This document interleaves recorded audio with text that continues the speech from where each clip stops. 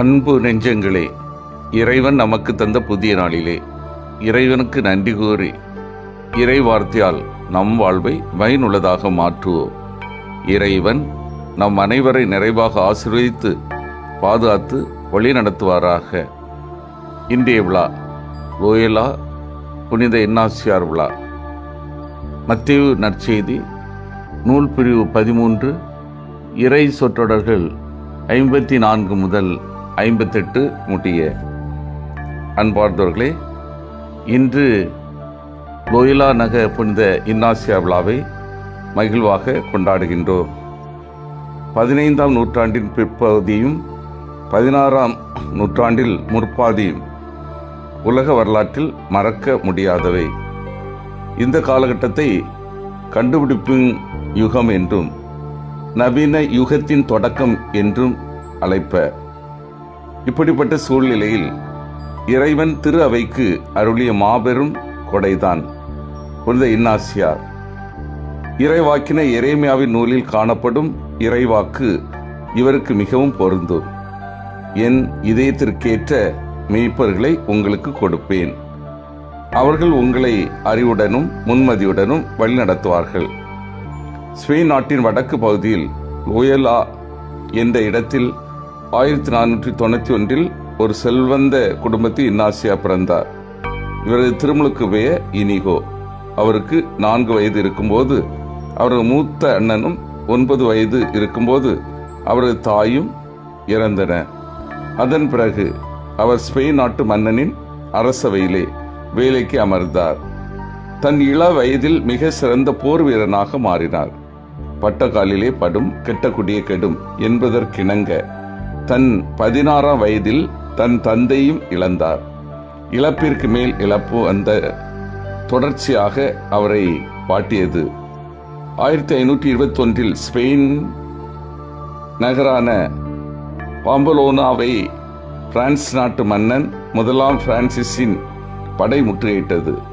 போர்ப்படையில் சிறிய சேனைக்கு தலைமையேற்று அப்போரில் முன்னின்று போரிடுகையில் இன்னாசியாரின் முழங்காலில் குண்டு பாய்ந்ததால் பலத்த காயமுற்றார். மருத்துவமனையில் அனுமதிக்கப்பட்டு சிகிச்சை பெற்று வந்தார். அவ்வேளையில் ஏறக்குறைய ஓராண்டு காலம் எங்கும் நடமாட முடியாமல் பொழுதுபோக்கிற்காக சில நூல்களை எடுத்து வாசித்தார். அதில் 2 புத்தகங்கள் அவர் உள்ளத்தை பெரிதும் கவர்ந்தன. அவற்றின் பெயர்கள் இயேசுவின் வாழ்வு மற்றும் புனிதர்களின் வாழ்க்கை வரலாறு. இறையருள் அவரை ஆட்கொண்டது. புனிதர்களான அசிசியாரும் டோம்னிக்கும் இறைவனுக்காக எவ்வளவு செய்திருக்க நான் ஏன் செய்யக்கூடாது என்று தன்னை அடிக்கடி கேட்டுக்கொண்டார். தூய் ஆவியால் உந்தப்பட்டு கிறிஸ்து இயேசுவின் நல்ல படைவீரனாக மாற எண்ணினார். குணமடைந்த பின்பு மான்ரேஷா என்னுமிடத்தில் 10 மாதங்களுக்கு மேலாக தனிமையில் ஜெபமும் கடுந்தவமும் மேற்கொண்டார். இறை அனுபவம் பெற்றவராய் ஆன்மீகத்தில் வேரூன்றினார். இறை பற்றால் அவரது ஆன்மா பற்றி எரிய தொடங்கியது.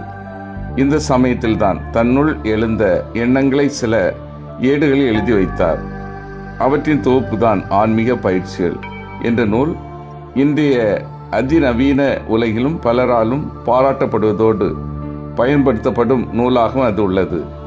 அதில் அவர் ஒன்றை அதிகம் வலியுறுத்துகிறார்: அனைத்தையும் இறைவனை அதிமிக மகிமைக்காக செய்யுங்கள். பின்பு புனித நகரான எருசலேமிற்கு திருப்பயணம் மேற்கொண்டார். இறைவனின் குரலை அறிந்தவராய் தன்னை இறை திட்டத்திற்கு முழுவதும் அர்ப்பணிக்க முடிவெடுத்து 33வது வயது முதல் பல்வேறு கல்வி நிலையங்களுக்கு சென்று ஏறத்தாழ 10 ஆண்டுகள் நன்கு பயின்றார். அதில் குறிப்பிட வேண்டியது பாரிஸ் நகரில் இறையியல் பயின்றதாகும். அப்போது அவரது வாழ்வு அவருடன் பழகிய 6 இளைஞர்களை கவர்ந்து ஈர்த்தது. அவர்கள் குறிப்பிட வேண்டியவர்கள் அவருடன் பயின்ற புனித பீட்டர் பேபர் மற்றும் அவர் ஆசிரியர் புனித பிரான்சிஸ் சவேரியார். அவருடைய ஏழ்மையான தவம் மிகுந்த எளிமையான ஆன்மீக பயிற்சியில் நிறைந்த வாழ்வை அவர்களும் பின்பற்ற தொடங்கினர். பீட்டர் பேபர் ஏற்கனவே குறிப்பட்டம் பெற்றிருந்தார். அவரை தவிர மற்ற அனைவரும் 1537 குறிப்பட்டம் பெற்றனர். 7வரும் திருத்தந்தை 3ஆம் பவுலை சந்தித்து அவருக்கு நேரடியாக கீழ்ப்படிந்து வாழ முன்வந்தன. நீண்ட ஜெப தியானத்திற்கு பின் தங்கள் குழுவுக்கு இயேசு சபை என்று பெயரிட முடிவு செய்தன. இறுதியாக 1540 திருத்தந்தை 3ஆம் பவுல் அவர்களது சிறிய சபையை அதிகாரப்பூர்வமாக அங்கீகாரம் செய்தார். அதே ஆண்டே புனித பிரான்சிஸ் சவேரியா இந்தியாவிற்கு வந்து மறைபரப்பு பணியாற்ற ஆரம்பித்தார் என்பது குறிப்பிடத்தக்கது. 1541 இன்னாசியா சபை தலைவராக ஒரு மனதாக தேர்ந்தெடுக்கப்பட்டார். அதிலிருந்து 15 ஆண்டுகள் ரோமையில் தங்கி சபையை மிக திறப்பட தலைமையேற்று வழிநடத்தினார். இக்காலத்தில் அவர் எழுதிய கடிதங்களின் எண்ணிக்கை சுமார் 7000. அவை அருமையான செய்திகளையும் வரலாற்று உண்மைகளையும் கொண்டுள்ளன. இம்மாமனித இறுதியில் 1556ஆம் ஆண்டு ஜூலை திங்கள் 31ஆம் நாள் இறைவனடி சேர்ந்தார். அச்சமயம் அவரது சபை உறுப்பினர்கள் எண்ணிக்கை சுமார் 1000 இருந்தது. திருத்தந்தை 5ஆம் பவுல் இன்னாசியாருக்கு 1609 ஜூலை 27 அருளாள பட்டமளித்தார். திருத்தந்தை 15ஆம் கிரகோரியார் 1622 மார்ச் 12ஆம் நாள் இவருக்கு புனித பட்டம் அளித்தார். இவர் ஆன்மீக பயிற்சிகள் மற்றும் தியானங்களின் பாதுகாவலராக கருதப்படுகிறார். சிந்தித்து தியானித்து செயல்படுவோம். நான் ஒவ்வொரு நாளும் இறை திருவுளம் அறிந்து செயல்படுகின்றேனா?